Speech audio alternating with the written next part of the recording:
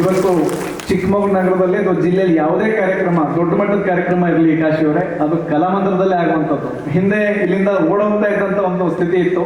ಆದರೆ ಇದು ಹುಡುಕೊಂಬರ್ತಾ ಇದೆ, ಕಲಾಮಂದಿರ ಸಿಗ್ತಾ ಇಲ್ಲ. ಫೋನ್ ಮಾಡ್ತಾರೆ, ಫಸ್ಟು 18ಕ್ಕೆ ಕಲಾಮಂದಿರ ಬೇಕು ಅಂತ ಹೇಳಿ.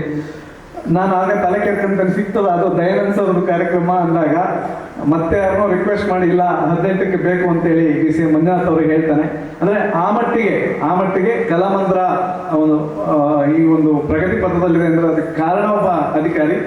ಈ ಒಂದು ಭರವಸೆ ಹೆಜ್ಜೆಯನ್ನು ಶೀರ್ಷಿಕೆ ಉಳ್ಳಂಥ ಕಾರ್ಯಕ್ರಮವನ್ನು ಬಹುಶಃ ಸರ್ ಶಿವಮೊಗ್ಗದ ಜಿಲ್ಲಾಧಿಕಾರಿಗಳೇ ಆಗಿದ್ದಾಗ ಸಮನ್ವಯ ಕಾಶಿಯವರ ಒಂದು ಸಂಪರ್ಕದಲ್ಲಿ ನಡೀತದೆ. ಸಮಾಜ ನಮಗೆ ಏನು ಕೊಟ್ಟಿದೆ ಅದನ್ನು ಒಂದು ಉತ್ತಮ ರೀತಿಯಲ್ಲಿ ಕೊಡೋ ಪ್ರಯತ್ನ ಸರ್ದು ಯಾವತ್ತೂ ಇತ್ತು, ಆಲೋಚನೆ ಸಹಿತ. ದಯಮಾಡಿ ಅವರ ಒಂದು ಆತ್ಮವಿಮರ್ಶೆಯ ಪುಸ್ತಕ ಇದೆ, ಹಾದಿಗಲ್ಲು ಅಂತೇಳಿ. ಕೇಳಿದರೆ ಪುಸ್ತಕದ ಹೆಸರು? ದಯಮಾಡಿ ಅದನ್ನು ಓದಿ, ಹಾದಿಗಲ್ಲು ಅನ್ನೋ ಪುಸ್ತಕ. ಅದು ಖಂಡಿತ ಸ್ಫೂರ್ತಿ ಆಗ್ತದೆ ನಿಮ್ಮ ಭರವಸೆ ಹೆಜ್ಜೆಗೆ. ಅದೇನು ಗಟ್ಟಿಗೊಳ್ಬೇಕು ಇನ್ನೂ ಆ ಹೆಜ್ಜೆಗಳು ಅಂದರೆ ಆ ಪುಸ್ತಕ ಓದೋದಾಗ ಸರ್ನ ಅವರು ಪೂರ್ತಿ ಅವರ ಬಯೋಗ್ರಫಿ ಇದೆ ಅದರಲ್ಲಿ. ಅದು ಖಂಡಿತ ನಿಮಗೆ ಇನ್ಸ್ಪೈರ್ ಆಗ್ತೀರಾ.